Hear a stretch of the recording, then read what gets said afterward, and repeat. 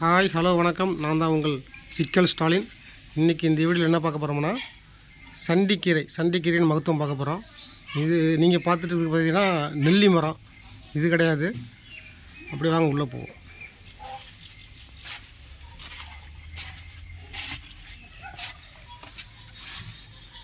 இதுதான் சண்டிக்கீரை.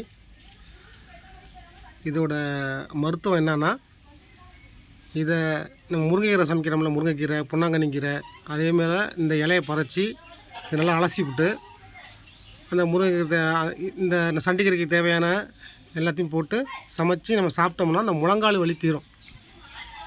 அப்புறம் இது சமைச்சு சாப்பிட்டாலும் முழங்கால் வலி தீரும். இல்லைன்னா இந்த இலையை பறித்து அதில் கொஞ்சம் நல்லெண்ணெய் தடவி அந்த எங்கெங்கே வலிக்குதோ, முட்டி வலிக்குதோ அந்த இடத்துல அந்த இலையை வந்து 10 மாரி போட்டு நம்ம கட்டிட்டோம்னா ஒரு 3 நாள் தொடர்ந்து செஞ்சோம்னா அந்த முட்டிக்கால் வலியே உங்களுக்கு லைஃப் லாங்கும் வராது. வாங்க இதை இன்றைக்கி இந்த இலையை பறித்து நம்ம சமைச்சு சாப்பிடுவோம்.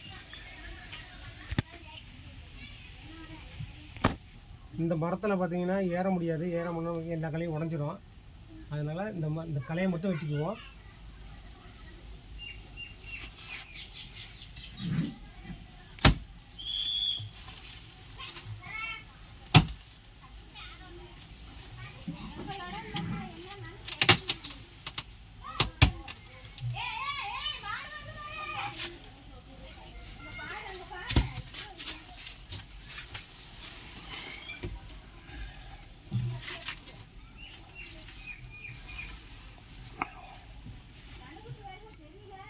இந்த இலையை ஆஞ்சிக்கலாம். அந்த கலையை வெட்டியாச்சு. இந்த கலையை ஆஞ்சிக்கிட்டு இருக்கோம்.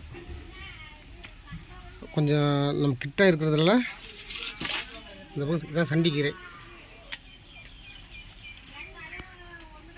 இதாடியே பறிச்சிக்கிட்டு இருக்கோம். இதை பறித்து நம்ம சமைச்சு சாப்பிட்டோம்னா அந்த முழங்கால் வலி கண்டிப்பாக திருந்து போகும். சண்டிக்கீரையாக பறிச்சு வந்தாச்சு. பறித்து அதை வந்து சுத்தம் பண்ணிகிட்டு இருக்கோம். இந்த சண்டிகீரை வந்து முழங்கால் வலி, இடுப்பு வலி, உடம்பு வலி எல்லாத்துக்குமே நல்லது.